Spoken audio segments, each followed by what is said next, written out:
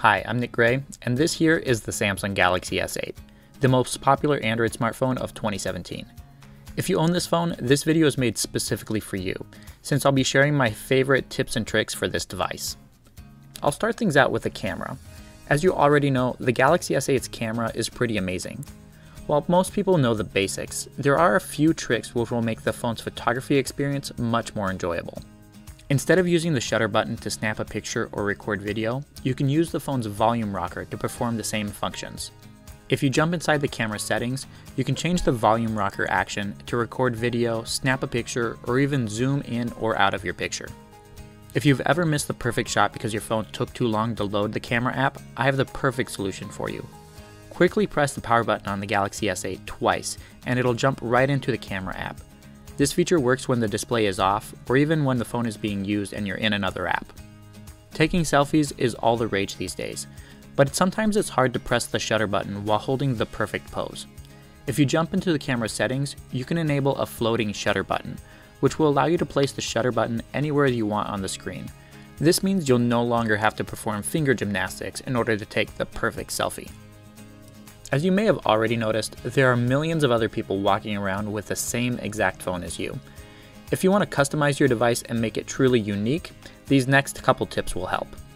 One of my favorite features of the Galaxy S8 is the always-on display. But if you want to use the feature, make sure you change it from the default option.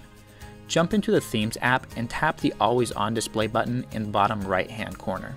Here, you can choose between hundreds of free or even paid options, which will allow you to give the phone a new look, even when you're not using it. And since you're already in the Themes app, you might as well apply a new theme or icon pack if you're not a fan of Samsung's default UI. Personally, I have the Material Design icon pack applied to my device, but there are enough options available that will satisfy nearly everyone's personal tastes.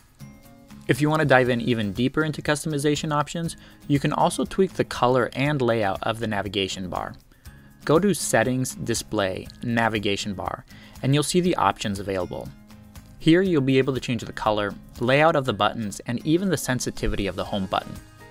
One of the many software changes that Samsung introduced with the Galaxy S8 is the new slide-up gesture from the home screen to open up the app drawer.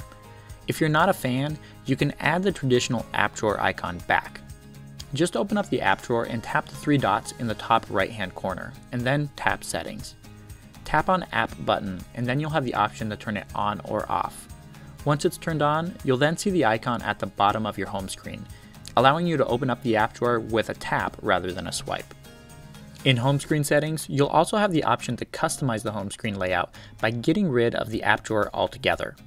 This will put all of your apps directly on the home screen, and mimic what you would typically get on an iOS, Huawei, or even Xiaomi device.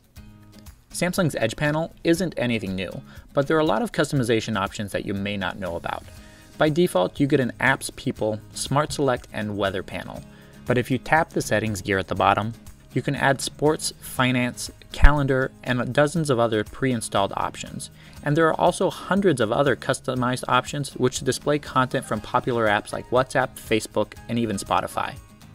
These next few tips are intended to make the phones easier to use or improve overall performance. I'll start things off with Edge Lighting, which can be found under Settings, Display, Edge Screen. This feature lights up the edge of the display when notifications come in.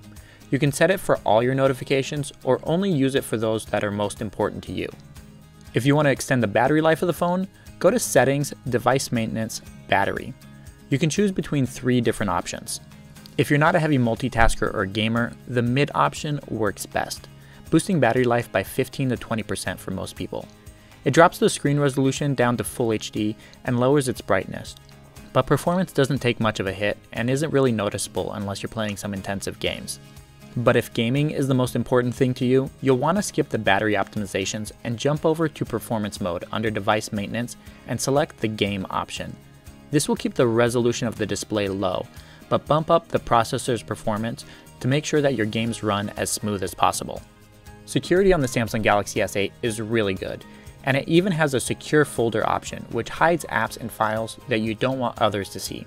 Even if you don't have anything to hide, I recommend using this feature for your email, messaging apps, and even the Play Store if you hand off your phone to your kids on a regular basis. just go to Settings, Lock Screen and Security, and then scroll down to Secure Folder to set it up. It's an added level of security which can give you peace of mind. If the screen on your Galaxy S8 or S8 Plus is too big for you to use with one hand, there's a one-handed mode which shrinks the size of the screen while pushing it to the bottom left or right-hand corner. You can turn it on by going to Settings, Advanced Features, One-Handed Mode. You can either use a swipe up and a cross gesture from the bottom of the display or a 3-button tap on the home button in order to activate it. Under Advanced Features, you'll also find the S8's fingerprint sensor gestures. If you don't have an issue with the rear placement of the fingerprint sensor, you can use a swipe down and a swipe up gesture on the sensor to open and close the notification panel. And last, but definitely not least, is the Sos Message feature. You'll find it under Advanced Features as well. When you turn it on, you'll be prompted to add your SOS contacts. The SOS feature is activated by quickly pressing the power button 3 times. It will then snap pictures from the front and rear cameras and record a 5-second audio file which is then automatically sent to your SOS contacts that you designated. As you can imagine, this isn't the full list of all the cool features that are hidden inside the Samsung Galaxy S8, but I do think that they are the most important ones that everyone should be using. If you have a tip that wasn't mentioned and want to share it with everyone else, feel free to drop it in the comments below. And if you found this video helpful, feel free to give it a thumbs up and be sure to share it with any friends or family that you know already have the Galaxy S8. You can also subscribe to the channel if you haven't already. I have a few more Galaxy S8 videos in the pipeline, so be sure to come back and check them out. Thanks for watching, and I'll catch you guys in the next one.